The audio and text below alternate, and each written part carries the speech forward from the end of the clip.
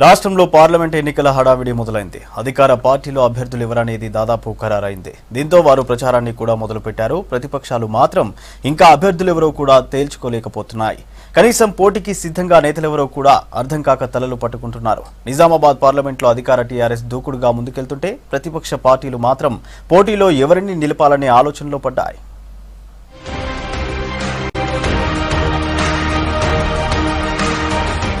Nizamabad parliament నియోజకవర్గంలో ఎన్నికల సందడి మొదలైంది.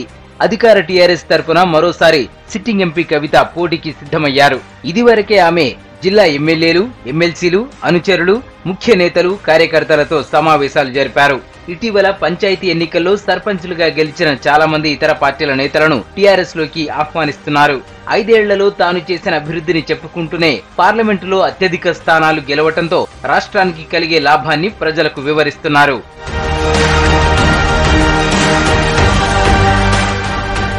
ప్రచారంలో భాగంగా ఈ నెల 19న నిజామాబాద్ నగరంలో భారీ బహిరంగ సభను ఏర్పాటు చేశారు ఎంపీ కవిత. ఈ సభకు సీఎం కేసీఆర్ రానుండడంతో భారీగా జన సమీకరణపై దృష్టి పెట్టారు. 7 అసెంబ్లీ నియోజకవర్గాల నుండి భారీగా జన సమీకరణకు ప్లాన్ చేశారు. మరోవైపు నియోజకవర్గాల వారీగా కార్యకర్తల సమావేశాలు ఏర్పాటు చేస్తున్నారు కవిత. బోధన్, ఆర్మూర్, బాల్కొండ నియోజకవర్గాల కార్యకర్తలతో భేటీ అయ్యారు.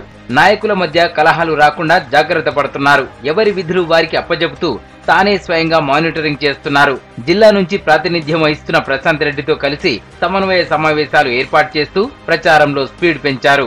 భారతదేశ వ్యాప్తంగా జరుగుతున్నటువంటి పరిణామాలు రాజకీయంగా ప్రజలందరూ కూడా నేషనల్ పార్టీలు కాదు, గ్లోకల్ పార్టీలు ఉండాలని కోరుకుంటున్నారు.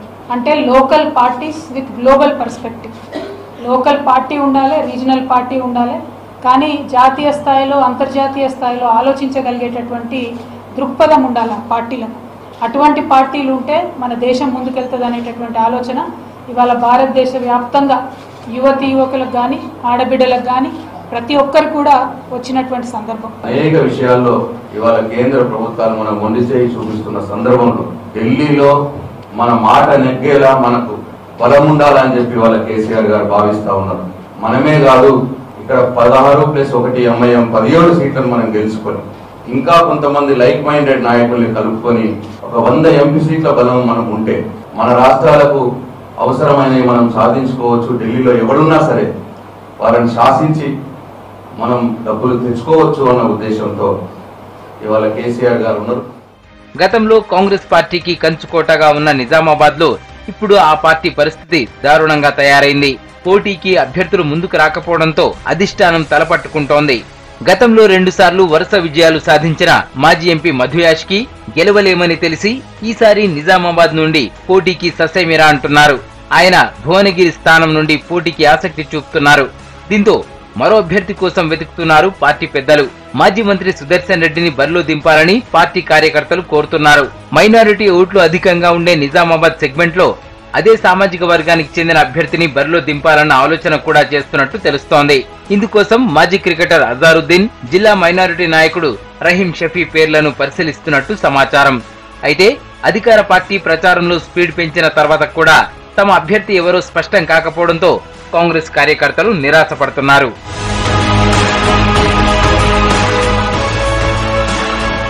మరో జాతీయ పార్టీ బీజేపీ కూడా నిజామాబాద్ అభ్యర్థి ఎవరో తేల్చుకోలేకపోతోంది.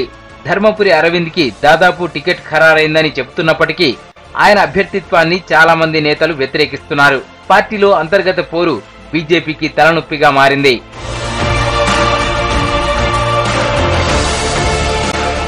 మొత్తం మీద నిజామాబాద్ పార్లమెంట్ నియోజకవర్గంలో అధికార టీఆర్ఎస్ పార్టీ దూసుకుపోతూ ఉంటే ప్రతిపక్ష కాంగ్రెస్, బీజేపీలు పోటీకి అభ్యర్థుల్ని కూడా ఖరారు చేయలేకపోతున్నాయి.